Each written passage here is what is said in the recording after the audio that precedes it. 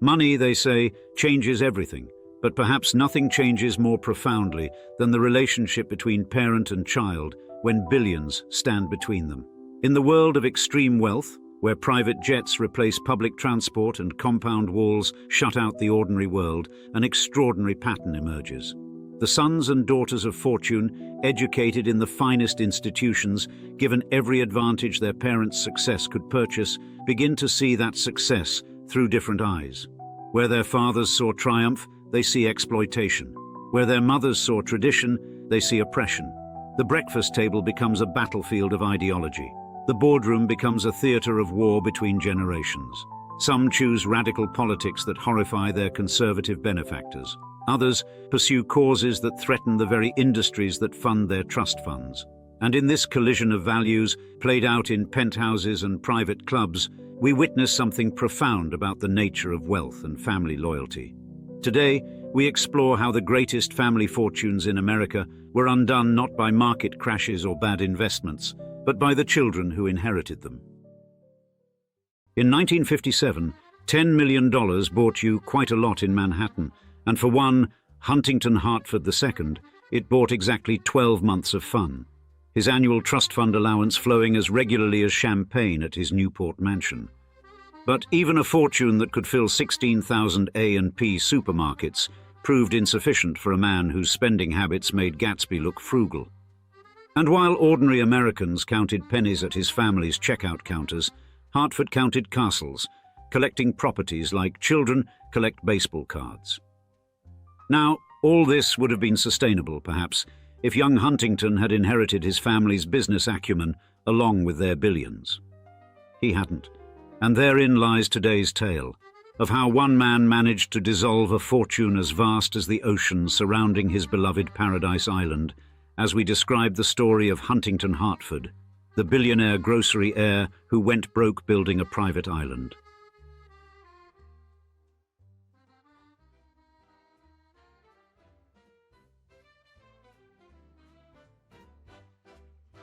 In the glittering world of 1950s Manhattan, $1.5 billion buys rather a lot of groceries, and for Huntington Hartford II, heir to the A&P supermarket empire, it bought nearly everything, except, as we'll discover, common sense.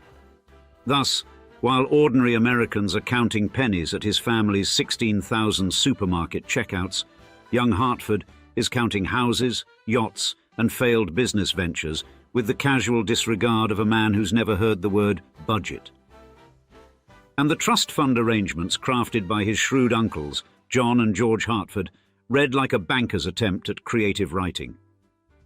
Young Huntington receives a mere $10 million annually in today's money, a sum that would make modern billionaires wince, while being rather deliberately kept away from any meaningful control of A&P's operations. The generational trust structure, designed to protect both Hartford and the family fortune, proves about as effective as using a paper bag to hold water. Now, about those assets. When we say real estate portfolio, we typically means a modest collection of properties. But Hartford's idea of property collecting makes the Monopoly board look positively minimalist. There's Sea Verge, his Newport pleasure palace, where the champagne flows with more regularity than the tides. His Beekman Place apartment sprawls across 11,000 square feet of Manhattan's most coveted real estate, each room a testament to what happens when unlimited wealth meets unrestricted ambition. The man's yacht isn't just any floating gin palace, it's a converted four-masted schooner that makes modern oligarchs' vessels look positively provincial. His car collection could fill a museum, each classic automobile worth millions in today's market. And speaking of museums, his art collection becomes a rather pointed rebuke to modern art, filled with classical masterpieces that he deems proper art, unlike those frightfully modern abstracts he so famously despises.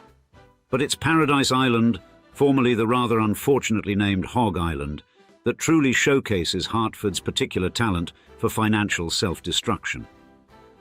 Purchased for $10 million in 1962, that's $90 million in today's currency, this Bahamian jewel becomes his obsession.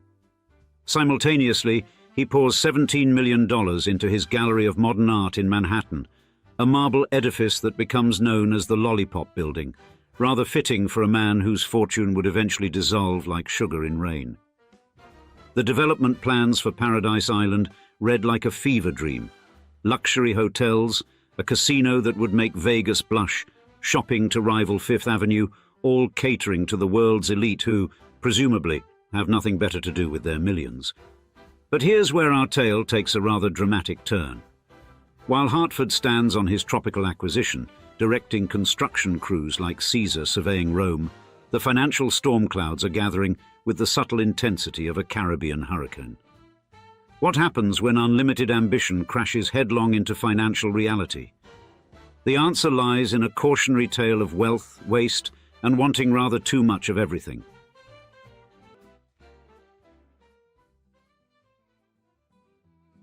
A modest storefront on Vesey Street in New York, 1859, marked the beginning of what would grow into America's first retail empire, thanks to George Huntington Hartford and George Gilman. The Great Atlantic and Pacific Tea Company started as a straightforward venture, importing tea directly from China to eliminate middlemen and provide consumers with better prices. Yet, the elder Hartford had something even more precious than tea, an almost supernatural ability to grasp the desires and needs of ordinary Americans. This simple beginning transformed into an unprecedented retail revolution under the leadership of his sons, John and George Jr. Hartford. The brothers didn't just expand their father's vision, they revolutionized it. By 1912, they had created the economy store concept, slashing prices by eliminating credit and delivery services. In 1915, they launched the cash and carry model, and by 1925, they had pioneered the modern supermarket format. A&P stores multiplied across America like cells dividing, from 200 stores in 1900 to an astonishing 16,000 by 1930, generating annual sales equivalent to billions in today's currency. The family's influence extended far beyond retail. They created their own manufacturing facilities, developed private label brands, and established a vertically integrated supply chain that would become a blueprint for modern retail operations. The Hartford name became synonymous with American business success, their wealth rivaling that of the Rockefellers and Vanderbilts. Into this world of unprecedented prosperity stepped young Huntington Hartford II, born to a complex heritage that would shape his destiny. His mother, Henrietta Gerard DuPont, descended from Southern aristocracy, her family's roots stretching back to colonial Charleston. Her extensive European travels and deep appreciation for Old World culture profoundly influenced her son's upbringing. She insisted on the finest education, the right social connections, and an appreciation for art and culture that would later fuel Hartford's ambitious cultural projects. His father, George Huntington Hartford Jr., while part of the A&P empire, carved his own path through innovation, securing numerous patents that added significantly to the family fortune. But it was Henrietta who orchestrated young Huntington's social education with military precision, pushing him into America's most elite circles, where old money reigned supreme and new money, even A&P money, was viewed with barely disguised contempt. At St. Paul's School, among the sons of America's oldest families, Hartford faced daily reminders of his outsider status. Despite his family's vast wealth, he remained the grocery boy to his peers, a designation that cut deep and fostered insecurities that would later manifest in his desperate pursuit of social acceptance and cultural legitimacy. When the time came for Hartford to take his place in the family business, his uncles designed what appeared to be a perfect entry plan. He would start in the advertising department, learning the business from the ground up. But the arrangement proved disastrous.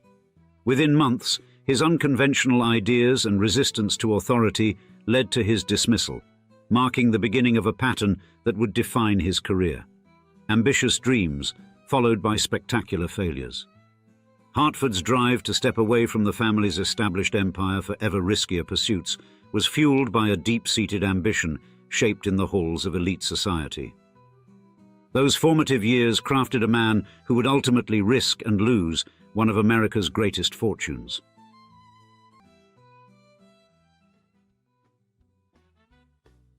In 1964, while New York's art establishment celebrated the raw splashes of abstract expressionism, Huntington Hartford stood in his newly completed gallery of modern art, surrounded by classical masterpieces that cost him the equivalent of $33 million in today's currency. The gleaming white building, dubbed the Lollipop Building by its critics, rose like a marble rebuke to modernism on Columbus Circle. Hartford's vision didn't stop at Manhattan. In the sun-drenched hills above Los Angeles, he established an artist colony where painters could pursue what he deemed real art, far from the corrupting influence of contemporary trends. The California venture proved merely one facet of Hartford's West Coast empire building. His Hollywood mansion became a rotating stage for America's celebrity elite, where one might find Elizabeth Taylor lounging by the pool while Frank Sinatra entertained at the piano. The parties grew legendary, crystalline fountains flowing with champagne, orchestras playing until dawn, and Hartford himself moving through the crowds with a different starlet on his arm each month. Yet even as he played host to Hollywood, Hartford's business ambitions led him into increasingly precarious ventures. The founding of Tosco Corporation in 1955 marked his boldest gamble yet, an experimental oil shale extraction project in Colorado that consumed millions. The technology promised to revolutionize American energy production. Instead, it merely proved that even A&P money could burn as quickly as the shale they processed. His personal life mirrored the volatility of his investments. 4 marriages, each more lavish than the last, punctuated by highly publicized affairs with actresses and socialites, earned him the tabloid nickname Hunt the Playboy. His mother, Henrietta, watched each romantic misadventure with mounting horror. From her Park Avenue apartment, she dispatched a steady stream of letters and emissaries, attempting to guide her son toward more suitable matches. When he announced his engagement to a 23-year-old actress, Hartford being 47 at the time, Henrietta's intervention proved so fierce that the young woman fled to Europe. But it was Paradise Island that truly showcased Hartford's talent for magnificent miscalculation. By 1968, the development had swallowed over $28 million, which, adjusted for inflation, approached $250 million in today's dollars. The Ocean Club rose from the Caribbean shores, its marble floors imported from Italy, its chandeliers from France. Hartford envisioned a casino that would outshine Monte Carlo, hiring architects who had designed for European royalty. Yet the crucial gambling license remained elusive, caught in a web of local politics and international intrigue. As construction costs mounted, Hartford's financial advisors began sending increasingly urgent messages. The A&P fortune, vast as it seemed, was not limitless. But Hartford, standing on his private beach, watching another sunset paint the sky in colors that even his collected masters couldn't capture, remained convinced that Paradise Island would prove his crowning achievement. The next phone call from his accountants could wait until tomorrow.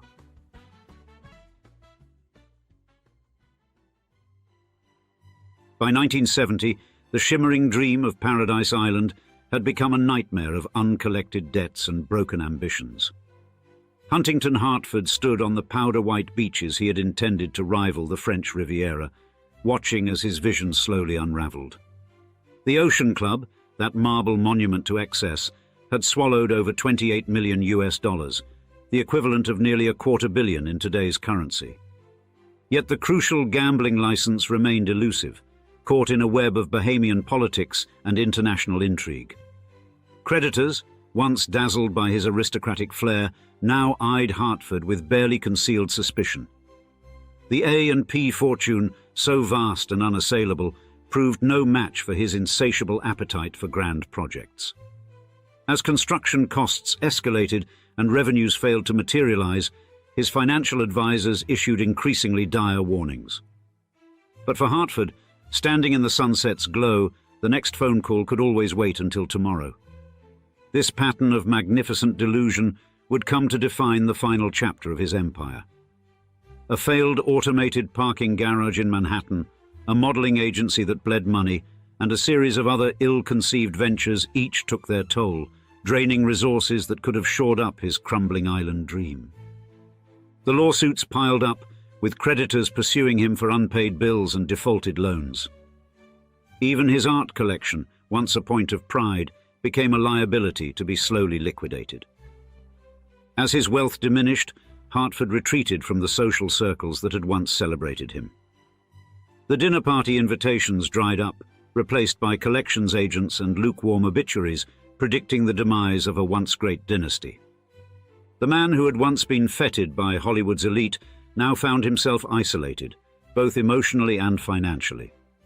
In his final years, Hartford made desperate attempts to salvage what remained of his legacy. He poured the last of his resources into an ill-fated resort development in the Bahamas, hoping to recapture the magic of Paradise Island. But the project, like so many before it, collapsed under the weight of his ambition and the reality of his dwindling funds.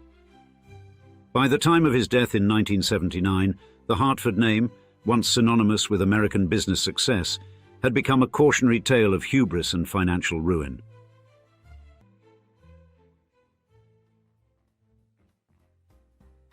The downfall of Huntington Hartford had become a cautionary tale that echoed through the corridors of high society.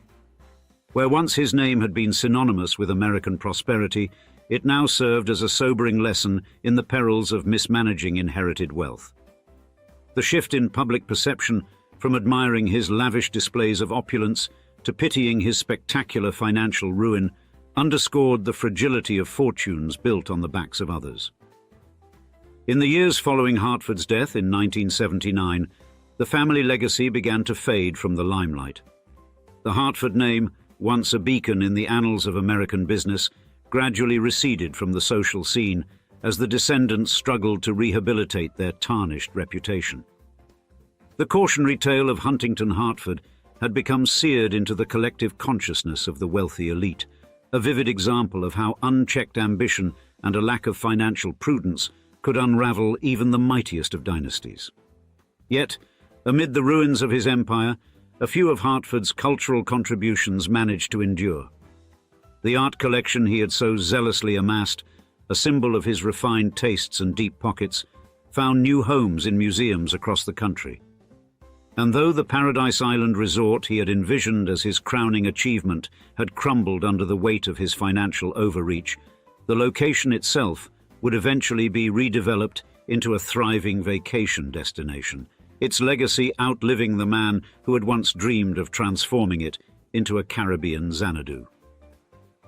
In many ways, Huntington Hartford's life story could be seen as a reverse Horatio Alger tale, a man who had inherited untold riches only to squander them through a combination of grandiose schemes and personal indulgence. His legacy served as a sobering reminder that wealth, no matter how substantial, is not a guarantee of success or happiness. For future generations of heirs and heiresses, the cautionary tale of the Hartford fortune's demise would become a guiding light, shaping their approach to financial management and tempering their own ambitions. As you can imagine, the most dangerous billionaires are often the ones whose money can't be explained through normal business channels. You see, Robert Maxwell, multi-billion-dollar empire like a weapon, commanding media outlets across continents while his fortune's true origins remained buried deeper than state secrets. At first, his life seemed destined for the classic rags-to-riches story, a penniless Jewish refugee who had emerged from the chaos of World War II as a decorated military veteran, before deftly transitioning in a self-made media baron. Indeed, it was a transformation so complete that even Scottish aristocrats accepted his chosen new surname as legitimate. But his publishing empire provided the perfect front for pension fund theft and intelligence operations, academic journals and newspapers masking criminal enterprises that would make organized crime bosses envious. The lavish parties at his 53-room mansion weren't just social gatherings. They were recruitment grounds where power brokers mingled with predators. His youngest daughter, Ghislaine, absorbed every lesson in manipulation and control, learning that true wealth wasn't measured in dollars, but in the secrets you could extract from powerful men. The Maxwell dynasty evolved into something beyond mere wealth accumulation. They became architects of networks, where human vulnerability served as the ultimate currency of exchange. In today's episode of Old Money Luxury, we explore how a billionaire family's quest for power led them into territories where money and morality cease to coexist. $4.5 billion. In 2025 terms, this was the empire Robert Maxwell commanded at his zenith in the early 1990s, a fortune built on ink, paper, and the careful manipulation of truth. His media conglomerate stretched across continents: Pergamon Press, Macmillan Publishers, Mirror Group newspapers, substantial stakes in Berlitz, Nimbus Records, and MTV Europe. The physical manifestations of this wealth defied ordinary comprehension. Headington Hill Hall rose from the Oxford landscape like a 53-room testament to ambition unbound. Maxwell had secured this Italianate mansion from Oxford City Council through an arrangement that would have made lesser men blush: renovations in exchange for occupancy. He called it the best council house in the country. Within its walls, politicians and celebrities mingled at lavish gatherings, while his youngest daughter, Ghislaine, navigated a childhood that oscillated between extraordinary privilege and emotional austerity. The London apartment adjoining Mirror Group headquarters overflowed with expensive art and furnishings, each piece a trophy, each room a stage for power. In New York, a Central Park-facing apartment commanded views befitting a media emperor. The yacht bearing Ghislaine's name, Lady Ghislaine, embodied excess in marine form. Jacuzzi, sauna, gym, disco, all floating symbols of a family that recognized no limits. Private jets and Concorde flights compressed the globe to manageable proportions. Oxford United Football Club became another possession, with Ghislaine serving as director. Sport transformed into another currency of influence. Paintings valued at $20,000 in 1991 would be worth $47,000 today. A $50,000 table would command $117,400. Each acquisition marked territory in the landscape of the ultra-wealthy. Ghislaine herself would inherit this appetite for luxury. Her Manhattan townhouse, purchased for $4,950,000 in the 1990s, over $11,600,000 in today's currency, would later sell for $15 million. Her personal fortune, estimated between $10 and $20 million at its peak, funded properties in New Hampshire and London, a jet-setting existence among the global elite. She founded the Terramar Project for ocean conservation, moved through the highest echelons of society with practiced ease, maintaining the family tradition of collecting influence like others collected art. But beneath the surface of this gilded existence, foundations were already shifting. Opaque offshore accounts obscured true wealth. Money moved through channels designed to confuse rather than clarify. The empire that seemed so permanent, so inevitable, contained within it the seeds of its own spectacular destruction. $4.5 billion commanded respect, fear, and entry into any room on the planet. Yet all this magnificence, all these palaces and yachts and paintings, had emerged from the rubble of war-torn Europe and the desperate calculations of a Czech Jewish refugee who had once possessed nothing but determination and a talent for reinvention. The name Maxwell belongs to Scottish lords, to ancient estates near Melrose in Roxburghshire, to a lineage stretching back to Unwin and his son Maccus in 1070. It means Maccus's stream, a place of clear water and hereditary privilege. It has absolutely nothing to do with the story you're about to hear. For the man who would die as Robert Maxwell was born into a bloodline that knew only mud and fear. Ashkenazi Jews who had wandered through the Carpathian Mountains for centuries, leaving no castles, no coats of arms, only whispered prayers in Yiddish and the ability to disappear when the pogroms came. His people were shadows in the historical record, existing in the margins of empires that rose and fell around them like waves, their poverty so complete it erased even the names of his grandparents from memory. What survived was only this: they were farm laborers, breaking their backs on land that would never be theirs, in a corner of Czechoslovakia so remote that misery itself seemed to have forgotten its name. Into this inherited hopelessness came Meckel Hoch, a Jewish laborer whose greatest achievement would be fathering 9 children he could not feed, and his wife Hannah Slomowitz, who bore these children like a curse, each birth another mouth, in a world already starving. They named their eldest Jan Ludwig, though names meant little when you owned nothing. Not even shoes for your children's feet. Born on June 10, 1923, in Slatinské Doly, Czechoslovakia, a place that would later become Solotvino, Ukraine, as if even geography wanted to forget this beginning. The boy Jan grew up Orthodox, speaking Yiddish, understanding early that his kind were barely tolerated guests in a hostile world where even teachers turned their backs, while children who had learned their hatred young spat upon him. 4 years old before his feet knew anything but bare earth, one of 9 mouths competing for scraps in a hovel that stank of cabbage and resignation. But it was poverty, not prejudice, that shaped him most. That particular variety of want that gnaws at your bones, that makes you understand power not as an abstract concept, but as the difference between eating and starving. Then came 1940, and suddenly their poverty seemed almost quaint compared to what followed. The Nazis brought lists, and on those lists appeared the names of Michel Hoch, Hanna Slomowitz, and 8 of their 9 children. What happened next was so common, it barely made the historical record. A Jewish family disappeared into the machinery of genocide. Perhaps they died in Auschwitz, perhaps in bullets in a Ukrainian forest. The Holocaust was efficient that way, turning human beings first into statistics, then into smoke. Only Jan escaped, running west with nothing, shedding his name like a contaminated coat as he fled through Hungary and France. Jan Ludwig Hoch died somewhere between Budapest and Britain, and what emerged was a creature of pure ambition wearing the stolen name of Scottish nobility, Ian Robert Maxwell. Captain Maxwell, by 1945, decorated with the Military Cross, speaking perfect English with only the faintest trace of somewhere else. In 1947, this reinvented man would walk into the chaos of post-war Berlin, carrying British intelligence credentials, and discover something extraordinary. A defeated nation's entire intellectual property lay scattered in the rubble, waiting for someone with the audacity to claim it.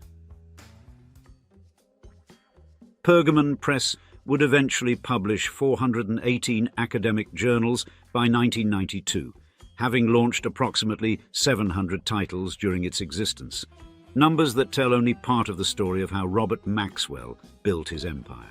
The genius lay not in volume, but in the model itself. Scientists paid to publish their research, universities paid to read it, and Maxwell collected fees from both sides of the knowledge economy.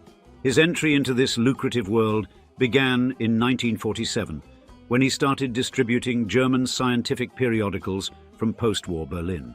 By 1948, he had established himself as a distributor, creating pipelines of knowledge from the ruins of the Third Reich to universities across the Allied world. The following year marked the true beginning when he acquired Pergamon Press. The company started with only 6 serials and 2 books, a portfolio most businessmen would have dismissed as worthless. But Maxwell saw what others could not: the coming explosion of scientific research and the hunger for peer-reviewed knowledge that would accompany it.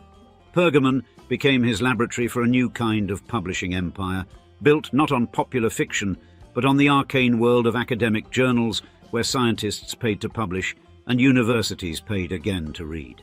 Brian Cox, who worked for Maxwell for decades, described the business model: publishing a large number of journals so that established titles could support new ones during their formative years. It was a pyramid scheme disguised as academic publishing, each new journal feeding off the credibility of its predecessors while extracting payment from both authors and readers. By 1951, Maxwell had transformed from refugee to legitimate British publisher, founding Pergamon Press as a limited company. The transformation was remarkable. From 6 serials to dozens, then hundreds, each journal a small monopoly in its specialized field. Scientists needed to publish to advance their careers. Universities needed to subscribe to stay current. Maxwell sat in the middle, collecting fees from both sides. The money flowed like water through a perfectly designed aqueduct. Maxwell's genius lay not in creating knowledge, but in controlling its distribution, turning the free exchange of scientific ideas into a toll road where he collected payment at every gate. He understood that academics, desperate for publication, would pay almost any price to see their names in print. Universities, terrified of falling behind, would pay even more to access that information. By the end of the 50s, Pergamon had become a money-printing machine disguised as an academic publisher. The model was so successful that competitors could only watch as Maxwell expanded, launching journal after journal, each one another revenue stream that would flow for decades. By the 80s, his empire had grown far beyond academic publishing. Maxwell Communication Corporation, Mirror Group newspapers purchased for £113 million. Macmillan Publishers acquired for $2.6 billion, plus Nimbus Records, Berlitz Schools, and MTV Europe. 400 companies organized into Byzantine clusters, each piece of an empire so complex that even Maxwell himself may have lost track of where legitimate business ended and financial manipulation began. Yet for all his billions, for all his yachts and political connections, Robert Maxwell understood that empires required heirs, and among his 9 children, he had already chosen his successor, not in business, but in the darker arts of manipulation and control. The selection process had begun early, though none of the Maxwell children understood they were competing in a contest whose rules only their father knew. Among the 9 offspring of Robert and Betty Maxwell, each child faced the same brutal calculus: prove your worth or face the volcanic fury of a man who saw weakness as a personal affront. Most crumbled under the pressure, but Ghislaine, born on Christmas Day 1961 into a household already marked by tragedy, developed a different strategy. Her brother Michael's devastating car accident 3 days later left him in a coma for 7 years, creating a family dynamic where, according to Betty Maxwell's memoir, baby Ghislaine was hardly given a glance by her grieving parents. The youngest of 9 children learned early that attention in the Maxwell household was a commodity as scarce as love, something to be fought for, schemed for, earned through whatever means necessary. While her father raged at his other children, Ghislaine became what he needed, charming where others cowered, flattering where others fled, transforming herself into the one child who could make Robert Maxwell smile. Betty Maxwell would later admit that Ghislaine became spoiled, the only one of my children I can truly say that about. The favoritism was not subtle. Where other Maxwell children received torrents of abuse, Ghislaine received yachts named in her honor, seats on the board of Oxford United Football Club, and most crucially, proximity to power. Throughout the 1980s, she served as her father's shadow, learning how he operated, who he knew, how he bent the world to his will. She absorbed lessons that would serve her well in darker days to come: how to move through elite circles with practiced ease, how to make powerful men feel important, how to recognize and exploit vulnerability. When Robert Maxwell's body was pulled from the Atlantic on November 5, 1991, Ghislaine stood at the edge of an abyss. The empire was collapsing, the pension theft emerging into daylight, her brothers Kevin and Ian facing criminal charges. The golden child of a billionaire had become the daughter of a thief, her name transformed overnight from asset to liability. Manhattan beckoned, a city where reinvention was not just possible but expected, where a British accent and the right connections could open doors that had slammed shut in London. She arrived in New York with her father's ambition intact, but redirected, seeking not to build an empire, but to attach herself to someone who already had one. Through a mutual friend in 1991, she met Jeffrey Epstein, a financier whose wealth seemed to materialize from thin air, whose connections reached into the highest echelons of American power. Epstein would later describe her in 2009 depositions as his main girlfriend and best friend. But those terms barely captured the complexity of their arrangement. From around 1992, she became the lady of the house at his various properties. Their social circle during the 1990s included figures from across the political spectrum: Donald Trump and Bill Clinton, Prince Andrew and business leaders, celebrities and academics, all drawn into an orbit that transcended traditional political boundaries. Maxwell and Epstein moved seamlessly between a 2,000 party at Sandringham House hosted by the Queen, gatherings at Mar-a-Lago, and flights on what would later be known as the Lolita Express. But behind the glamorous facade, prosecutor Lara Pomerantz would later reveal in court, Ghislaine Maxwell had found a new kind of power, one built not on publishing or politics, but on something far more sinister: The training of their first victim, the prosecutor would tell the jury, started immediately. Between 1994 and 2004, Ghislaine Maxwell helped operate a trafficking network that would eventually lead to her conviction on 5 federal charges and a 20-year prison sentence. The operation's scope emerged through testimony from multiple victims, including Virginia Giuffre, recruited at 16 while working at Mar-a-Lago, and Sarah Ransom, who filed suit detailing abuse that began at 22. This recruitment at Donald Trump's resort became the template for a decade-long conspiracy that prosecutors charged involved trafficking girls as young as 14. Each victim was carefully selected: young, vulnerable, often from broken homes or financial distress. Education assistance, career opportunities, connections — these were the lures Maxwell dangled before teenagers who had no idea they were being recruited into a trafficking network. Court testimony revealed Maxwell served multiple roles: recruiter, instructor, and participant in abuse.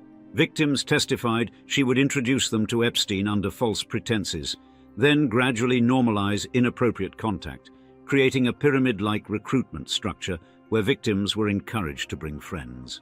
The prosecution presented evidence of an address book containing victim contact information under headings like massage, Epstein's Little Black Book, a coded directory spanning multiple states and countries.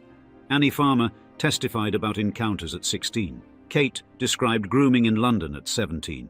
Each revealed the same pattern: initial kindness, gradual boundary pushing, eventual abuse presented as normal. Maxwell managed the logistics with corporate efficiency, supervising staff, arranging travel, managing schedules, and crucially, providing respectability that made parents trust their daughters to her care. A British accent, Oxford education, a father's borrowed prestige, all deployed in service of predation. The photograph prosecutors showed captured the grotesque reality. Maxwell and Epstein at Queen Elizabeth's Balmoral residence in 1999, invited by Prince Andrew. This was how they operated, using proximity to royalty to intimidate victims. Who would believe a teenager against friends of princes and presidents?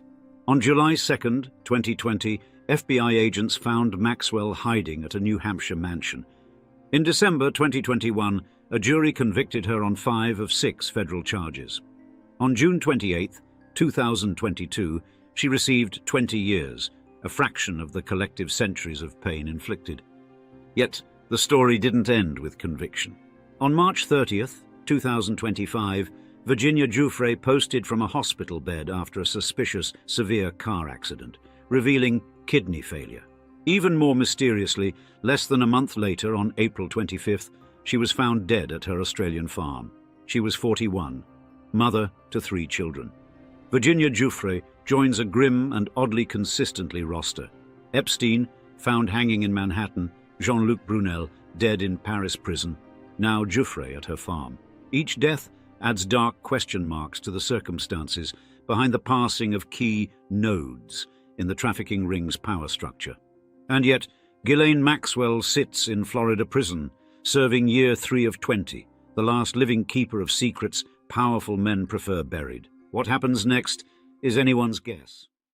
When you think of the phrase old money as it relates to England, most commonly, you think of wealthy aristocrats operating under the radar, amassing unfathomable wealth and sumptuous estates, such as the iconic Grosvenor family, also known as the Dukes of Westminster, buying up London like their personal monopoly board, all the while maintaining a neutral political position in the public eye. Or the quietly powerful Percy family, the Dukes of Norfolk, owning vast swathes of the north of England, while simultaneously staying careful not to run afoul of the British tabloids. However, there is one British aristocratic family who has tossed that old money secrecy out of the window over the decades. They've opted to become synonymous not only with public displays of social status and the roaring 20s socialite lifestyle, but perhaps more notably, proudly tied their family name to the mast of controversial political ideologies, boasting family members who befriended none other than Adolf Hitler and Joseph Goebbels, with other siblings opting to become alleged card-carrying members of the Communist Party. In today's episode of Old Money Luxury, we tell the full story of perhaps England's most controversial old money dynasty. From their regal roots in the Norman conquest of 1066 to their strategic intermarriage with everyone from the Cavendishes to the Guinnesses, as we describe. The Mitfords, the old money British family that loved the Nazis and the Soviets. The iconic Mitford family, with roots dug deep into the aristocratic soil of Mitford, Northumberland, managed to shine in the British aristocracy's constellation, not so much for their vaults of gold, but for their rich historical ties and titles. And by the time the mid-20th century rolled around, having a Mitford at the helm as High Sheriff of Northumberland was almost tradition, and an emblem of their entrenched status in society. But let's talk about the real jewels in the Mitford crown. The 6 daughters of David Freeman Mitford, 2nd Baron Redesdale and Sidney Bowles, known to history as simply the Mitford sisters. You see, these ladies weren't just any English roses, they were wildflowers, thriving on the estate's margins in a series of progressively less grand homes, thanks to their father's knack for financial folly. But Nancy, Pamela, Diana, Unity, Jessica and Deborah Mitford turned this to their advantage, blooming into distinct personalities that would dazzle the literary and social scenes. Nancy Mitford, the pack's leader in wit and word, spun her upbringing into literary gold with novels like The Pursuit of Love and Love in a Cold Climate, giving the world a peek behind the velvet curtains of the English upper class. Through her eyes we got front row seats to the decadence and decline of Britain's elite, all served up with a generous helping of humour and satire. Furthermore, the Mitfords became synonymous with the bright young things, that glittering, fast-living crowd that defined London's social scene in the 1920s and 30s. Thus, their beauty and brains, mixed with a penchant for political extremes and headline-worthy romances, kept them firmly in the public eye. Indeed, these women were more than just socialites. They were influencers avant la lettre, rubbing elbows with the era's giants in politics and culture. However, their stories were laced with controversy and contradiction, each sister forging a path that veered sharply from the aristocratic expectations set before them. Notably, there was an ideological thunderbolt that split the family right down the middle, especially as the 1930s and 40s rolled in with their share of global turmoil. Unity and Diana Mitford veered sharply into fascism's embrace, with Unity buddying up to none other than Adolf Hitler and spending her days in Nazi Germany, and Diana tying the knot with Oswald Mosley, the head honcho of the British Union of Fascists. Their unwavering march alongside fascism, even as the world recoiled from World War II and the Holocaust, branded them as the family's black sheep in the eyes of both kin and country. On the flip side, Jessica Mitford played the family's wild card, chucking her aristocratic privileges for a deep dive into communism. Her bolt with Esmond Romilly, Winston Churchill's nephew and communist compadre, wasn't just a love story. It was a bold middle finger to her lineage and a hug to her ideological antithesis. Jessica's leap across the pond to champion civil rights and wield her pen as a journalist only widened the familial rift, turning the Mitford saga into a mirror, reflecting the era's seismic ideological shifts. And throughout their lives, the Mitford sisters, and family at large, had the legendary homes and estates to match their dynamic lifestyles. Nestled in the heart of the Cotswolds, Asthall Manor and Swinbrook House were more than just scenic backdrops for the Mitford saga. They were the crucibles for the sisters' unique characters and convictions. These estates, emblematic of English pastoral charm, were the stages on which the drama of the Mitford family played out, shaping the sisters in indelible ways. But let's not overlook the legendary Mitford Castle. Sprouting from the roots of an Anglo-Saxon fort, by 1138, Mitford Castle boasted the unique claim of a pentagonal keep, the only one of its kind in England. Yet it faced the wrath of King John's Flemish forces in 1215 and suffered under Scottish invasions, bearing scars as testament to its tumultuous history. And before the glitter of Mitford Hall, there was the Mitford Old Manor House, the family's erstwhile hearth. This residence, while lesser known, served as a pivotal stage for the family's early narrative, embedding itself deeply in the Mitford lore. And then, the pièce de résistance, Mitford Hall.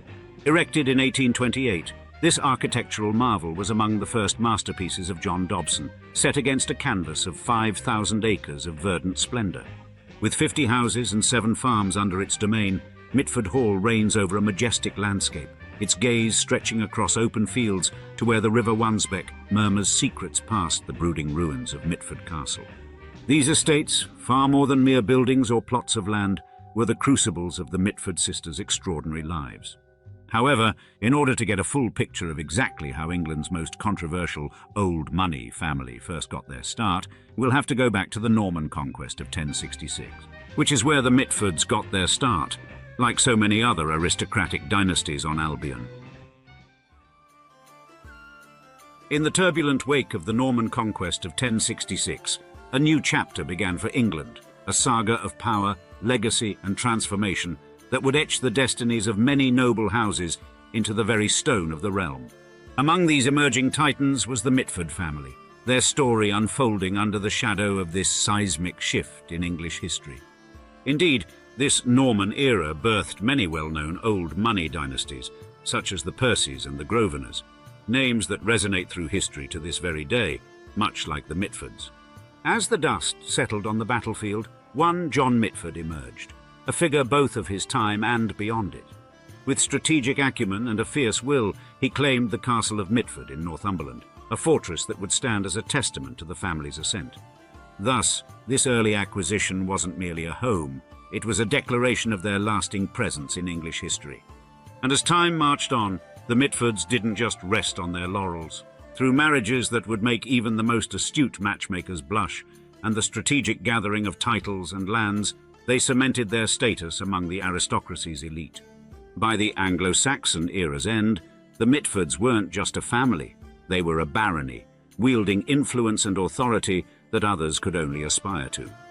Then, the Middle Ages threw the Mitfords into the midst of the border reivers' culture, a time of raiding and feuding that tested the mettle of many. Yet even here, amid the chaos, the Mitfords thrived, bolstering their status and laying the groundwork for future generations. The 17th century's reward came in the form of Charles II, bestowing upon them the castle and manor of Mitford, a nod to their unwavering loyalty and service to the crown. But the narrative of the Mitfords is not one to dwell solely on past glories. As the 18th and 19th centuries unfolded, figures like William Mitford, a historian and Member of Parliament, demonstrated the family's capacity for growth beyond their Northumberland roots. Therefore, William's strategic marriage and connections breathed new life into the Mitford saga, intertwining their destiny with that of the Dukes of Northumberland. These alliances were more than mere social contracts. They were the pathways to the British peerage, culminating in the creation of the Baron Redesdale title. However, the historic legacy of the Mitford family would be inextricably connected to the family's ups and downs in the 20th century, which is what we'll explore in the next chapter. During the roller coaster years of the 1930s and 1940s, the Mitford sisters Unity and Diana cut a swath through the political extremes of the time with a verve that could only be termed Mitfordian. Unity Mitford's deep-seated adoration for Adolf Hitler and her escapades in Nazi Germany, coupled with Diana's union to Oswald Mosley, the figurehead of the British Union of Fascists, painted a vivid picture of political divergence that left an indelible mark on their family's name and their personal trajectories. And Unity's dalliance with Hitler transcended the bounds of mere fascination. She was a fixture in his inner sanctum, sharing his company upwards of 140 times. In fact, such was her fervour that she was bequeathed a golden swastika insignia by Hitler himself and enjoyed the privilege of a reserved box at the 1936 Berlin Olympics. Furthermore, her allegiance to Hitler and his cause was so entrenched that the outbreak of war between Britain and Germany drove her to an attempt at taking her own life, an act that resulted in a bullet permanently lodged in her brain, impairing her mental faculties until her demise in 1948. And Diana Mitford's engagement with fascism was no less pronounced, crystallizing through her marriage to Oswald Mosley. Their nuptials, officiated in the domicile of Nazi minister Joseph Goebbels and graced by Hitler, was an unambiguous pledge of their political stance. Diana's commitment to fascist ideologies remained steadfast, even under the shadow of wartime internment alongside Mosley, regarded as a greater public threat than her spouse. Despite the ignominy and the personal adversities that followed, including imprisonment, Diana's unwavering support for fascism and her peculiar loyalty to Hitler remained intact. And while Unity and Diana revelled in their notoriety, their brother, Thomas Mitford, also exhibited a flirtation with Nazism, albeit with less public scrutiny. His particular interest underscored the Mitford family's entanglement with extreme political ideologies, fueling public intrigue and controversy over their scandal-ridden and politically polarizing existence. In stark contrast, Jessica Mitford, another sibling, charted a course replete with rebellion, activism, and literary achievement that veered sharply from the right-wing radicalism of Unity and Diana. Jessica, affectionately dubbed Decca, rebelled against her aristocratic roots early, embracing communist sympathies and socialism, and dedicating herself to the cause of social justice and reform. Her defiance was epitomized by her elopement at age 19 with Esmond Romilly to engage in the Spanish Civil War, marking a bold departure from her sister's affiliations. This rebellious streak led her to the United States with Romilly, where she faced widowhood during World War II, but found love anew with radical lawyer Robert Treuhaft. Together, they faced the McCarthy-era's challenges head-on, steadfast in their refusal to betray their communist affiliations. Jessica's literary career, highlighted by The American Way of Death, her seminal critique of the funeral industry, and other works exposing American societal flaws, distinguished her as a muckraking journalist committed to unearthing and addressing social injustices. Therefore, Jessica Mitford's life story sets her apart from her infamous fascist sisters and adds a wonderfully complex layer to this already iconic, old-money British dynasty. And yet, there are more sisters to investigate who would leave an unforgettable legacy on the literary field themselves. In the pantheon of English literature, Nancy Mitford not only secured a distinguished spot, but also sprinkled it with her characteristic humour.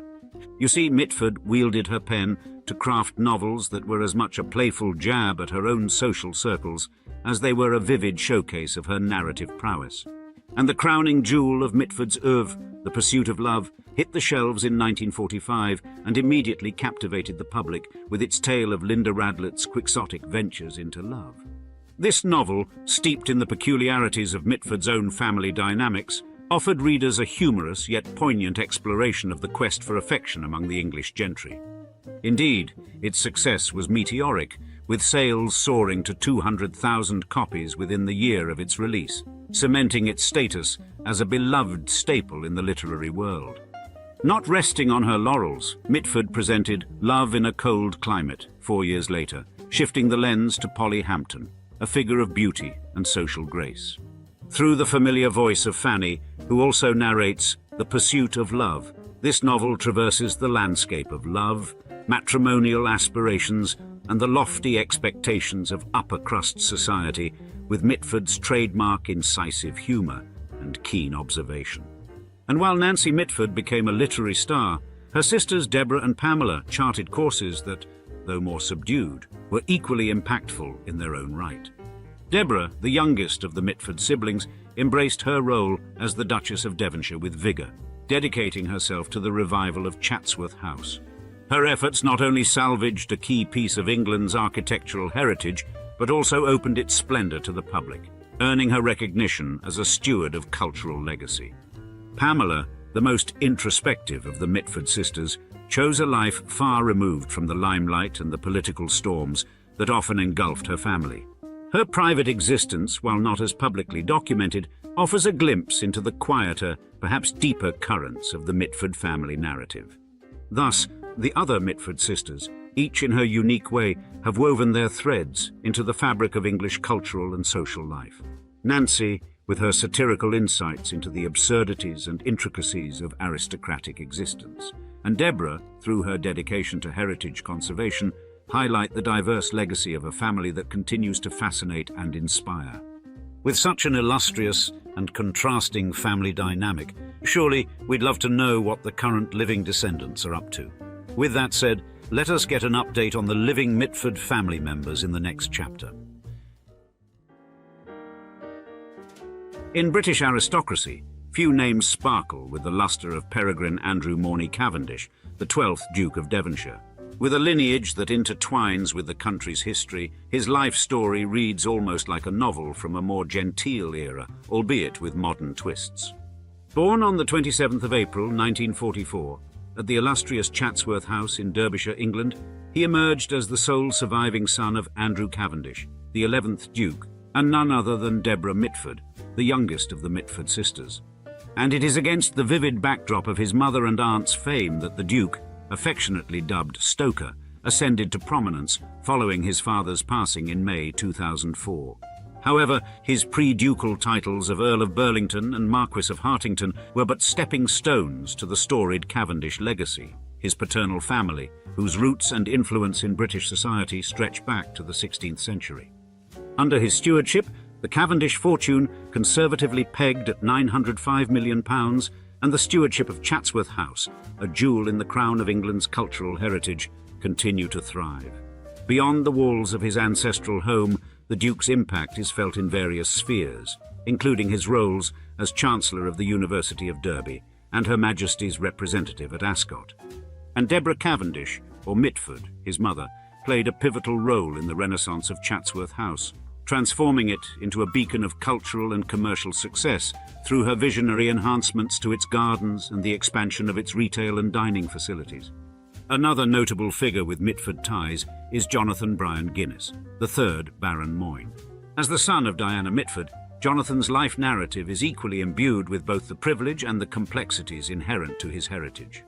Also born into the Guinness brewing dynasty in March 1930, his journey has been marked by diverse business pursuits and his fair share of controversy, notably his acquittal in a Swedish financial scandal involving Truster.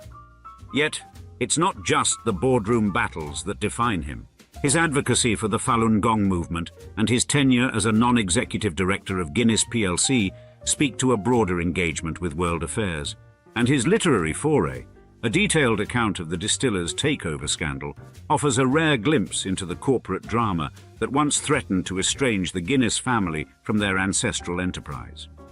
Among these, Jasmine Leonora Guinness emerges as a beacon of style and entrepreneurial spirit.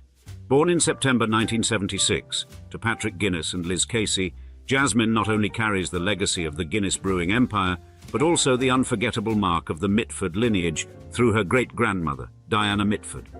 Educated in the arts and propelled by her heritage, she carved a niche for herself in the fashion industry, stepping onto the scene in 1994 and eventually founding the whimsical toy shop Honey Jam in the heart of London's Portobello Road in 2006. Her nuptials to Gawain O'Dare Rainey in 2006, festooned with the presence of notable personalities, and her role as a mother to three, underscore the personal joys and commitments behind her public persona. Professionally, Jasmine has lent her visage to brands like Armani and Shu Uemura, and her familial legacy was celebrated in events like the Arthur's Day festivities, paying homage to her ancestor, Arthur Guinness. But the narrative of the Mitford sisters, known for their dazzling beauty, controversial political stances, and literary prowess, also finds a continuation in Jasmine's endeavors, blending the glamour of fashion with the gravitas of history. And Max Rufus Moseley, another scion of the Mitford legacy, navigated a path distinct from Jasmine's, yet equally compelling. Born to Oswald Mosley, the British fascist leader, and Diana Mitford, Max's life was shadowed by his parents' notorious past. However, he carved out a distinctive legacy as a lawyer, racing driver, and later as the president of the Fédération Internationale de l'Automobile, where his advocacy for safety reforms in motorsport and his role in transforming Formula One into a global spectacle underscored a life dedicated to innovation and change. Despite his achievements, Max's life was not without controversy, including a landmark legal battle for privacy that highlighted his complex relationship with his family's history. And last, African-American academic James Forman Jr.'s lineage introduces another fascinating patterner of the Mitford narrative. The grandson of Jessica Mitford, James's career as a legal scholar and his book, Locking Up Our Own, Crime and Punishment in Black America, which won the 2018 Pulitzer Prize for General Nonfiction, reflect a commitment to social justice that mirrors the activism of his parents, James Forman Sr. and Mitford family member, Constancia Romilly. His co-founding of the Maya Angelou School in Washington, D.C. further exemplifies a life dedicated to activism and advocacy. Therefore, these living descendants of the Mitford family, each pursuing distinct paths, underscore the enduring impact of their heritage. From fashion and philanthropy to motorsport reform and legal scholarship, their lives reflect a diverse yet interconnected legacy that continues to influence and inspire across generations and fields. Let's imagine that tomorrow morning you wake up to a 9-figure fortune due to having a last name literally everyone in the world has heard of since childhood, the surname Disney. What would you do with such immense power? Would you use your name to finance that one movie you've always wanted to see, all the while indulging in the excesses that only the elite can afford? Or would you dare to criticize the empire that made your wealth possible? For Abigail Disney, the answer is clear: disrupt, speak out, and shake up the status quo. Indeed, this isn't just another heiress story, and Abigail, the granddaughter of Walt Disney's brother Roy, isn't lounging in Malibu or rubbing elbows with the Hollywood elite. Instead, she's spent decades carving out a name for herself as a filmmaker and philanthropist, all while taking on billionaires, including her own family's company. In today's episode, we'll dive into the world of a Disney member who's not afraid to wage war against her own legacy, as we describe Abigail Disney, the heiress who can't stand her family's multi-billion-dollar company.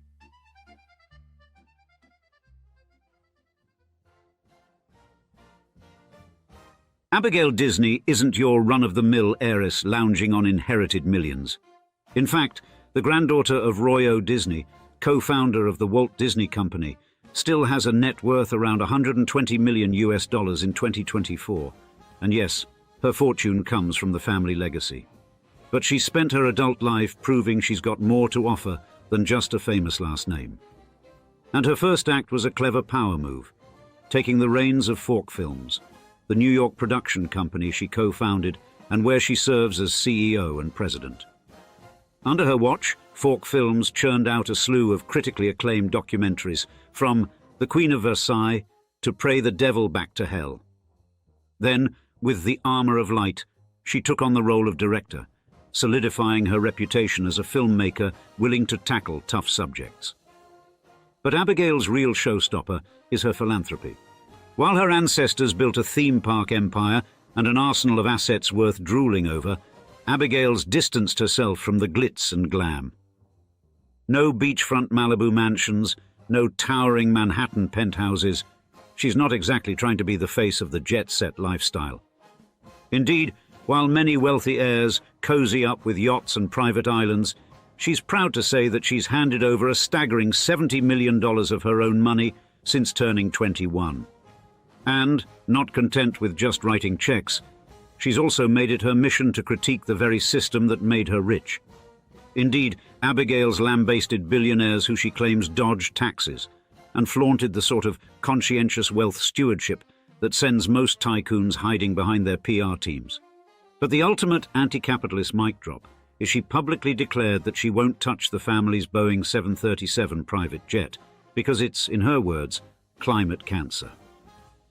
We bet the family's probably still wincing over that one. But her divergence from the family ethos even extends to her political contributions. In a move that made headlines, Abigail announced she'd pull her funding from the Democratic Party unless Joe Biden steps down from the 2024 presidential race. A bold stance that may border on the anti-democratic, she's no stranger to writing checks for candidates who align with her social activism. It's not all virtuous headlines, though. Critics accuse her of hypocrisy, of bemoaning excess while still profiting from Disney stock dividends. But for all the detractors, Abigail's candidness about wealth inequality and the grotesque spending of the super-rich is hardly common among those in her tax bracket. And if her critics think she's going to lose sleep over their opinions, well, they probably haven't met Abigail Disney. Yet, in order to best understand how one of the world's most famous last names could churn out such a prolifically outspoken heiress, we need to turn back the clock a bit. In the next chapter, we'll explain how the origin story of the Disney family directly leads us to Abigail's legendary activism.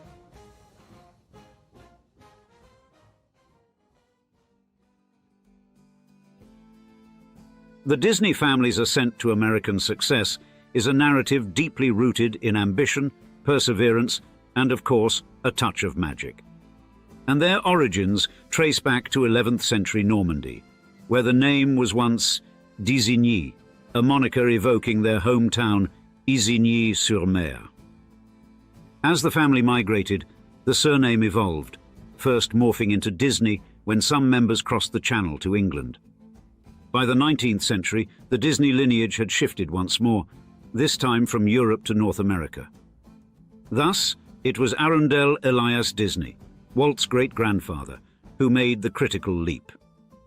He departed Ireland in 1834 with his wife Maria Swan and their young son Keppel, setting course for Ontario, Canada. This move would lay the groundwork for the American chapter of the Disney saga. Keppel, true to the family's pioneering spirit, established his own roots in Canada and had several children, including Elias Disney, born in 1859. Like his father, Elias sought new opportunities across borders, which led him south into the United States. In 1888, Elias married Flora Call, forming a family of 5 children including Walt, born in 1901 in Chicago. And, as was typical of many families in search of stability during that era, the Disneys moved often, eventually settling in Marceline, Missouri. It was there, amid the rural Midwest, that young Walt began nurturing a penchant for drawing and a fascination with trains, 2 passions that would define his early years. But Walt's path to success wasn't linear. By the time he reached 18, he was already trying his hand as a commercial illustrator. These early steps, however, were shaky at best, and in 1920, his first venture, Laugh-O-Gram Studios in Kansas City, showcased Walt's flair for animation but lacked the financial footing to survive. The company went bankrupt within 3 years, leaving Walt destitute and armed with little more than $40 and a dogged determination to forge ahead. Undeterred, he set out for California to join forces with his brother Roy, where they established the Disney Brothers Cartoon Studio. Their initial creations gained traction, particularly the character Oswald the Lucky Rabbit, which found a modest following. Yet, the brothers were dealt a harsh lesson in the ruthless nature of business when they lost the rights to Oswald to their distributor. It was this setback, however, that catalyzed Walt's creativity. On a train ride back to California, he sketched the rudimentary outline of what would become the most recognizable character in animation history, Mickey Mouse. But the debut wasn't without hiccups. The first 2 Mickey shorts, Plain Crazy and The Galloping Gaucho, fizzled without securing distribution deals. Yet Walt, ever the opportunist, was quick to leverage the nascent technology of synchronized sound. Their third Mickey short, Steamboat Willie, premiered in 1928 with full sound synchronization, a novelty that left audiences awestruck. It was an overnight sensation, putting the Disney Brothers on the map and turning Mickey into a global icon. With Mickey's success, the brothers turned their focus to broader horizons. Throughout the 1930s and 1940s, they produced a string of animated hits that redefined the industry. The crowning achievement came on the 21st of December 1937 with the release of Snow White and the 7 Dwarfs, the first full-length animated feature film. This project, dismissed by many as a folly, proved to be both a critical and commercial triumph, earning enough profit to bankroll the studio's future endeavors. What followed were other revered classics such as Pinocchio and Fantasia in 1940 and Bambi in 1942. Walt's ambitions, however, stretched beyond film. On the 17th of July 1955, he opened Disneyland in Anaheim, California. And the theme park attracted over 28,000 visitors on its opening day, setting a new standard for immersive entertainment. Certainly, Disneyland's 4 original sections, Frontierland, Tomorrowland, Adventureland, and Fantasyland, offered an unprecedented experience for children and adults alike, all radiating out from Main Street, USA, the thematic nucleus of Walt's vision for a fantastical realm of wonder. After Walt's death in December 1966, Roy O. Disney postponed his retirement to see through the completion of Walt Disney World in Florida, which opened in October 1971. A labor of love and devotion, the park embodied Walt's dreams for an even grander experience than its predecessor. And, as Roy poignantly declared, "We are going to finish this park, and we're going to do it just the way Walt wanted it." The dedication ceremony for Walt Disney World doubled as a tribute to Walt's life philosophy, showcasing Roy's deep commitment to carrying forward his brother's legacy. Sadly, Roy himself passed away just 2 months later, on the 20th of December 1971, leaving behind a company firmly planted at the summit of the entertainment world, a company that continued to grow, adapt, and lead. In the years that followed, the family's role in the company evolved, with a new generation, such as Roy E. Disney, son of Roy O. Disney, making their own mark. And therefore, it was Roy E. Disney's daughter, Abigail Disney, born on the 24th of January 1960, who would go on to become an advocate for social causes and a critical voice of the very same brand the family created.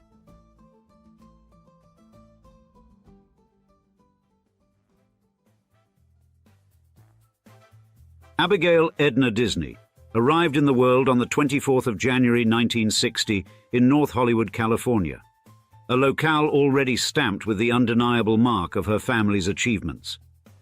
You see, by the time she took her first steps, the Disney name was firmly established as a hallmark of entertainment and ingenuity. Her father, Roy E. Disney, was a prominent figure within the Walt Disney Company, holding roles as vice chairman of the board of directors and chairman of the animation department. Yet, it was her grandfather, Roy O. Disney, and her great-uncle, the legendary Walt Disney, who had set the stage for an empire that would redefine American popular culture. Consequently, from a young age, Abigail found herself in a world imbued with Hollywood's unique blend of privilege and pressure. Her family, a cornerstone of the entertainment industry, sent her to the prestigious Buckley School, an educational establishment synonymous with nurturing the children of Hollywood's top echelons. And the Buckley School, in the 1960s and 1970s, was a cradle for future leaders and trailblazers, with a demanding curriculum that mixed intellectual rigor with creative freedom. But Abigail was no ordinary student. Amidst the children of stars and studio executives, she made a deliberate choice to carve out her own identity rather than bask in the glow of her family's achievements. And though her father's name opened doors, it was Abigail's tenacity and determination that ensured she left a mark of her own. With Buckley behind her, Abigail set her sights on Yale University, a beacon of academic prestige and social influence. She delved into English literature, a field that required the sort of nuanced analysis and critical thinking skills that suited her perfectly. The ivory tower of Yale, however, also challenged her to question assumptions, confront privilege, and expand her worldview beyond the confines of her upbringing. Graduating with a Bachelor of Arts in 1982, Abigail emerged not just as a product of Yale's academic traditions, but as a thinker poised to confront societal issues with a sharp, critical lens. Eager to further her intellectual pursuits, she pivoted to Stanford University, which in the early 1980s was buzzing with the pioneering spirit of Silicon Valley. Enrolling in Stanford's master's program in English literature, Abigail found herself at the intersection of the traditional humanities and the burgeoning tech world, an experience that undoubtedly broadened her perspective. But it was at Columbia University, where she eventually earned a PhD in philosophy, that Abigail's intellectual pursuits took on a sharper focus. Philosophy, with its exploration of ethics and human nature, provided her with a robust framework to tackle the thorny social and economic issues she would later face. And her dissertation, an exploration of the romanticized violence in American life, foreshadowed her future endeavors in both activism and documentary filmmaking, where she would shine a light on inequality and corporate malfeasance. During her time at Columbia, Abigail began teaching at Iona College in New Rochelle, New York, where she lectured on English and American literature. Her role as an educator was more than just a job. It was a proving ground where she honed her skills in communication and engagement, a prelude to the advocacy work she would become known for in later years. Then, in 1988, Abigail married Pierre Norman Hauser, a move that signaled a new chapter. Together, they raised 4 children, balancing familial responsibilities with Abigail's increasing involvement in social causes. Yet even as she navigated personal milestones, she remained acutely aware of the responsibilities that came with her last name.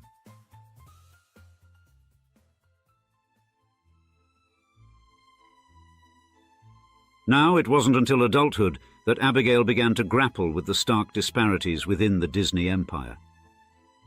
What began as a quiet observation about the inequities between executive compensation and workers' wages soon evolved into a full-fledged crusade. You see, Abigail Disney's activism began as most reckonings do, with a letter. A Facebook message, to be exact, from a Disneyland cast member who described their financial struggles despite being employed full-time. And the Disney heiress, who had long assumed the company was a bastion of corporate benevolence, was stunned by the reality of her family's famed kingdom. It was 2018, and Abigail's notion of Disney magic was about to meet its harshest critic: herself.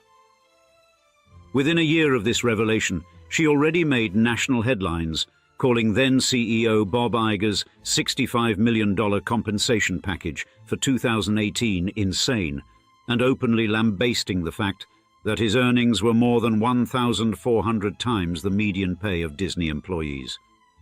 Unsurprisingly, the comments reverberated through the halls of power, sparking fierce debate over income inequality and whether corporate leaders had any real obligation to those at the bottom rungs of the ladder. Next, in May that year, Abigail went beyond media appearances and social media outrage, taking her crusade straight to Washington, D.C. Before the House Committee on Financial Services Subcommittee on Investor Protection, she testified, urging that Disney, one of the most profitable companies in the world, should simply do better. Pay the employees a living wage, she implored. And if it meant a slight dip in stock value or a less extravagant executive bonus, so be it. However, words and appearances were not enough. Thus, in July 2019, she took the radical step of seeing it for herself. Undercover and unannounced, she spent a day roaming the parks as just another guest. But what she saw went beyond just strained smiles and long hours. She spoke with employees who described living paycheck to paycheck, despite decades of loyalty. She subsequently left the park furious, reporting that some employees were even rummaging through garbage bins for food. The Walt Disney Company swiftly dismissed her assessment as a gross and unfair exaggeration, but the damage was done. Her critique had become a thorn in Disney's well-manicured image. Then, when the company passed the CEO baton to Bob Chapek in 2020, Abigail was far from hopeful. If anything, she argued that things might get worse, noting that Chapek had overseen many of the transformations that she believed eroded worker welfare. Undaunted by the change in leadership, she continued pressing for systemic shifts, even as her critiques fell on corporate ears grown comfortably deaf. Therefore, it was around this time that Abigail began working on a documentary, a deeper dive into the very issues she had been railing against. The American Dream and Other Fairy Tales, co-directed with Kathleen Hughes, premiered at the Sundance Film Festival in January 2022. The film juxtaposed the extravagant wealth of Disney executives with the stories of park workers struggling to make rent, and the title alone was a direct jab at the idealistic image her family's company had projected for nearly a century. Public release followed in September 2022, bringing mixed reviews. Critics who praised its daring tone were countered by others who found it somewhat superficial, with more emphasis on emotional appeal than on a hard-hitting economic analysis. Still, the documentary revived debate on wealth inequality and corporate ethics, keeping Abigail's activism firmly in the spotlight. Yet Disney's heiress had no intention of stopping there. By the end of the same year, she had joined forces with the Patriotic Millionaires, a group committed to advocating for higher taxes on the rich. Suddenly, her focus wasn't just Disney, but a broad range of issues, from climate change to wealth redistribution. She called for higher taxation on private jets and for greater scrutiny of corporate practices everywhere, morphing into a voice not just for the oppressed, but against the unchecked power of the wealthy class. And then came 2024. Abigail's most surprising turn yet. In an unexpected move, she withheld her donations to the Democratic Party, declaring she wouldn't support the ticket unless President Biden stepped down as the nominee. The statement sent shockwaves through the party's elite fundraising circles. However, somewhat unsurprisingly, when Biden endorsed Vice President Kamala Harris for the 2024 presidential race, Abigail reversed her stance. On July 22nd, she pledged her support anew, going so far as to announce that she would host a fundraiser for Harris's campaign, asserting, "I am supporting her with all my heart." Thus, although still maintaining a net worth reportedly over 9 figures, Abigail Disney is, for better or worse, content with activism and political engagement more than simply twiddling away the family's money. Imagine the quintessential conservative patriarch, an emblem of American right-wing politics, the 40th President of the United States, Ronald Reagan. Now picture his offsprings, not as bearers of the conservative torch, but as those casting it aside for a light of a different color. Indeed, this isn't a fictional twist, but the living narrative of one of America's most enigmatic political families, the Reagans. In today's episode of Old Money Luxury, we'll enter the Reagan home, a crucible where expected conservative legacies meet surprising liberal realities. Ron, the family's youngest, veers left, embracing progressive ideals with an energy echoing his father's fervor for conservatism. His sister, Patty Davis, is no different, advocating for views her father's policies once opposed. Thus, within the Reagan family's history, herein lies not a saga of alignment, but a riveting account of ideological divergence within America's most unpredictable dynasty. In the middle of the 19th century, the Reagan ancestors would embark on a transformative journey from the emerald shores of Ireland to the land of opportunity, America.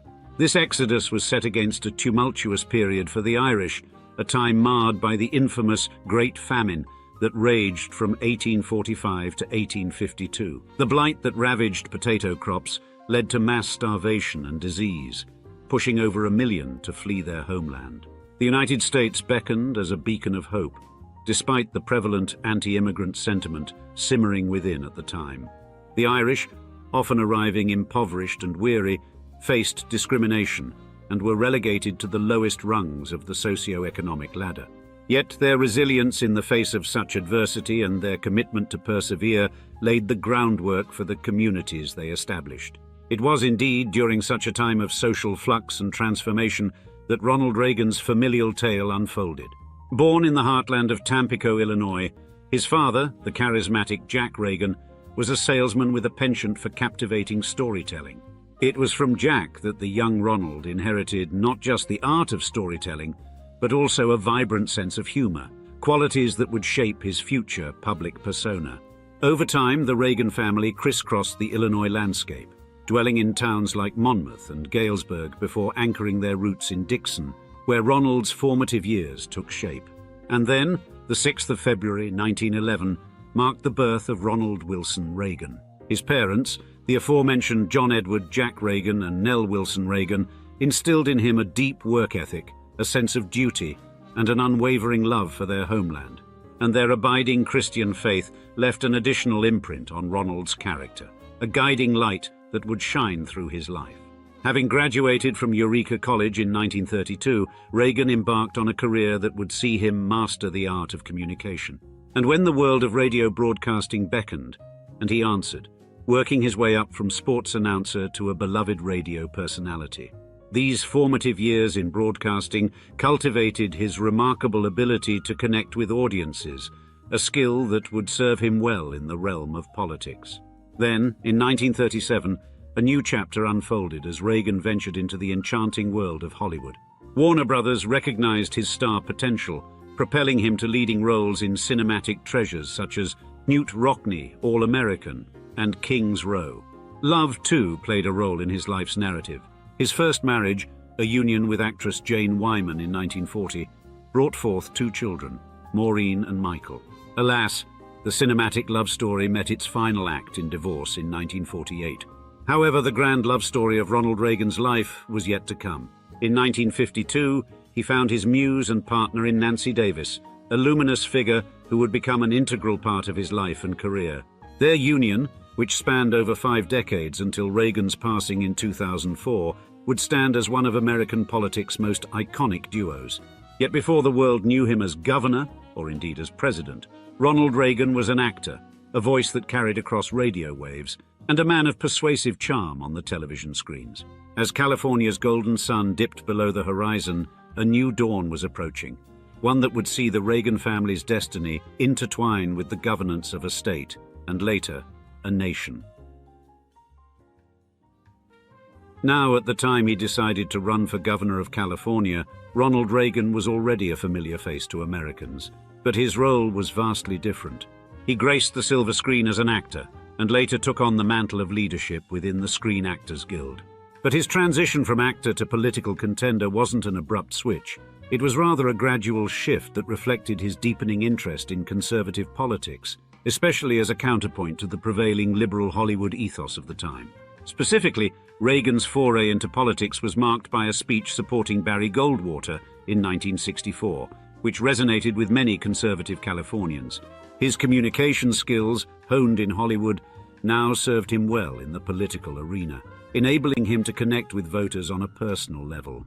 This natural charisma and his vision for a more conservative California laid the groundwork for his successful bid for the governor's office in 1966. During his tenure, he focused on reducing government intervention in social issues, loosening the reins on businesses, and enacting sweeping tax cuts. His vision was to rekindle the free market spirit, liberating it from excessive government regulation and fostering an environment ripe for private initiative and enterprise. And at the time of his inauguration, the nation grappled with double-digit inflation and soaring interest rates, challenges that Reagan vowed to confront head-on. In 1976, Reagan narrowly lost his bid for the Republican presidential nomination, but he emerged as a formidable force in national politics. His unyielding dedication to conservative principles garnered him a fervent following, solidifying his stature as a leading figure within the Republican Party. Next, in 1980, Reagan ran for president, claiming to carry the banner of restoring American pride and strength, embodying the quintessential American spirit of self-reliance and resilience. The pillars of his agenda included a resolute commitment to reducing government intervention in the economy and bolstering military expenditure, both of which would become cornerstones of his presidency. As he stepped into the highest office in the land, Reagan was met with a wave of optimism and hope. Yet he also faced a formidable array of challenges. A recession loomed large, and unemployment rates soared, casting a shadow over his initial days in power. Ronald Reagan's presidency was marked by an economic strategy that emphasized tax reductions, deregulation, and a surge in defense spending. This approach, known as Reaganomics, set off an economic upswing that saw the stock market soar to new levels. Yet this success came with a steep rise in the nation's debt, an issue that still sparks debate over fiscal policy. And the tax reductions aimed to jumpstart the economy, but they didn't cover their own cost as hoped. Instead, federal income dropped around 9% initially. The expected decrease in spending didn't occur, further expanding the deficit. Additionally, a significant rise in military expenditure under Reagan, justified as a counter to the Soviet threat, was drawing criticism for its part in increasing the national debt. And Reagan's social policy also drew ire, as it suggested a retreat of federal involvement in addressing social issues, which some argue put the more disadvantaged American populations in jeopardy. In his second term, Reagan shifted towards diplomacy and arms control, notably collaborating with Mikhail Gorbachev. This resulted in the Intermediate-Range Nuclear Forces Treaty, a key factor in softening the Cold War tensions and eventually leading to the Soviet Union's collapse. Yet, Reagan's tenure in office was also a time marred by controversy and scandal, fueling debate among scholars and the public. One such scandal was the Iran-Contra affair, where officials secretly sold arms to embargoed Iran, using the profits to support Nicaraguan Contras in direct defiance of the Boland Amendment. This event called into question the administration's adherence to legal and constitutional principles. Therefore, the Reagan era not only left an unforgettable mark on American politics, but also fundamentally transformed the demographic composition of the Republican Party. Its core tenets, firmly etched in the national consciousness, endure to this day: lower taxes, reduced government constraints on both individuals and businesses, and an unwavering commitment to a robust military. Yet, as the Reagan administration faced challenges, both domestic and international, it would be the unspoken yet undeniable influence of one individual that would shape the legacy of this political family. Behind the scenes, yet profoundly impactful, Nancy was preparing to imprint her vision upon the very fabric of the Reagan doctrine. In the hallowed pages of American history, the indomitable Nancy Reagan emerges as a First Lady of formidable influence. You see, Nancy Reagan was not a passive observer of her husband's presidency. She was a catalyst for change. Her Just Say No anti-drug campaign echoed through the nation, a resounding call to arms in the battle against substance abuse. Yet it was not just in the realm of policy that Nancy's influence reigned supreme. Her style was a canvas upon which she painted her unique identity, and the signature Reagan red evening gowns she donned became symbolic of her grace and panache. Indeed, the Reagan marriage, a captivating narrative in its own right, stood as an emblem of devotion. Theirs was a love story that transcended the political arena, and Nancy was more than a First Lady. She was a guardian of her husband's well-being and a staunch advocate of his political vision. While critiques abounded about her spending and her influence, the undeniable truth remained. Their love was a force to be reckoned with. However, it was the legacy of the Reagan children that would truly show the ideological diversity of this legendary political dynasty. For example, the Reagans' daughter Patty Davis emerges as a figure of profound transformation. Patty quickly became known for her ideological differences from her famous political parents, becoming a vocal critic of nuclear weapons and signaling her deep commitment to global safety. In her memoir, The Way I See It, Patty offers insights into her personal challenges and beliefs as a Reagan family member. Patty also experienced a long period of distance from her parents, but ultimately they were able to reconnect and find common ground despite their differing political views. In a parallel trajectory, Ronald Reagan's son, Ron Reagan, carved his path in the media landscape. Hosting a talk show and assuming the mantle of a political commentator, he cast himself as a liberal voice, starkly contrasting his father's conservative legacy. Maureen Reagan, a luminous presence within the Reagan family, also left a poignant mark on the tapestry of their collective history. A fervent advocate for women's rights and a staunch supporter of the National Alzheimer's Association, her advocacy work resonated with compassion and purpose. Her untimely passing in 2001 was a profound loss, not just for the Reagan family, but also for the causes she held dear. Michael Reagan, another scion of the Reagan clan, forged a distinctive path as a public speaker and advocate for adoption services. As an adopted child himself, he channeled his experiences into a powerful mission to raise awareness about the importance of adoption. Additionally, his commitment to promoting his father's legacy and conservative principles remained unwavering. Therefore, the Reagan family stands out in American political lore for their internal diversity of thought and belief, contrasting sharply with other prominent political families such as the generally liberal Kennedys and Roosevelts, or the predominantly conservative Trumps and Bushes. This unique characteristic of the Reagans highlights a breadth of perspective within a single family, showcasing the complexity and individuality of political views across generations. Now, on the 5th of June 2004, the nation mourned the passing of Ronald Reagan, the 40th President of the United States. The news of his death spread across the country and beyond, eliciting an outpouring of grief and tributes. And Reagan's state funeral was a dignified and solemn spectacle, with thousands of mourners lining the streets of Washington, D.C. to pay their respects. The procession made its way to the National Cathedral during a solemn journey that featured a horse-drawn caisson carrying Reagan's casket. There, amidst the soaring spires and hallowed arches, a memorial service was held. Dignitaries from around the world gathered to honor the legacy of the statesman, including former Soviet leader Mikhail Gorbachev himself, a testament to Reagan's transcendent influence. After their patriarch's passing, the Reagan family's commitment to public service extended to charitable causes with the establishment of the Ronald Reagan Presidential Foundation. This institution stands as a bastion, dedicated to preserving and championing the legacy of Ronald Reagan. It orchestrates an array of programs and events, including speaking engagements and public appearances by Reagan family members. Furthermore, the foundation ardently supports charitable endeavors, with a poignant focus on combating Alzheimer's disease, a cause dear to the family's heart. Thus, his legacy of the presidency of Ronald Wilson Reagan is a tale of two cities, if you will. On the one hand, Ronald Reagan is venerated by many as a paragon of conservative values, whose tenure in the White House is synonymous with an era of economic rejuvenation and assertive foreign policy. On the other, he is critiqued for policies that critics assert exacerbated income inequality and sowed seeds of discord in international relations. Reagan's foreign policy maneuvers, particularly the aggressive posture against the Soviet Union, are either celebrated as a decisive contribution to the end of the Cold War or decried for escalating nuclear tensions and fostering conflicts in Latin America. And the legacy of the Reagan family is equally nuanced.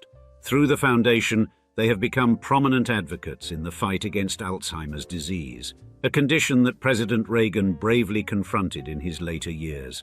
This advocacy has been widely praised, yet some of the Reagan children's forays into public life and well-known contention with their father's views have also added layers to the family's complex public image. And in media and literature, Reagan is both lionized and vilified, a symbol of his enduring impact, both good and bad, on the nation. This complex portrait is essential to understanding the legacy of Reagan's America, a country equally capable of fierce political divisions and remarkable bipartisan accomplishments.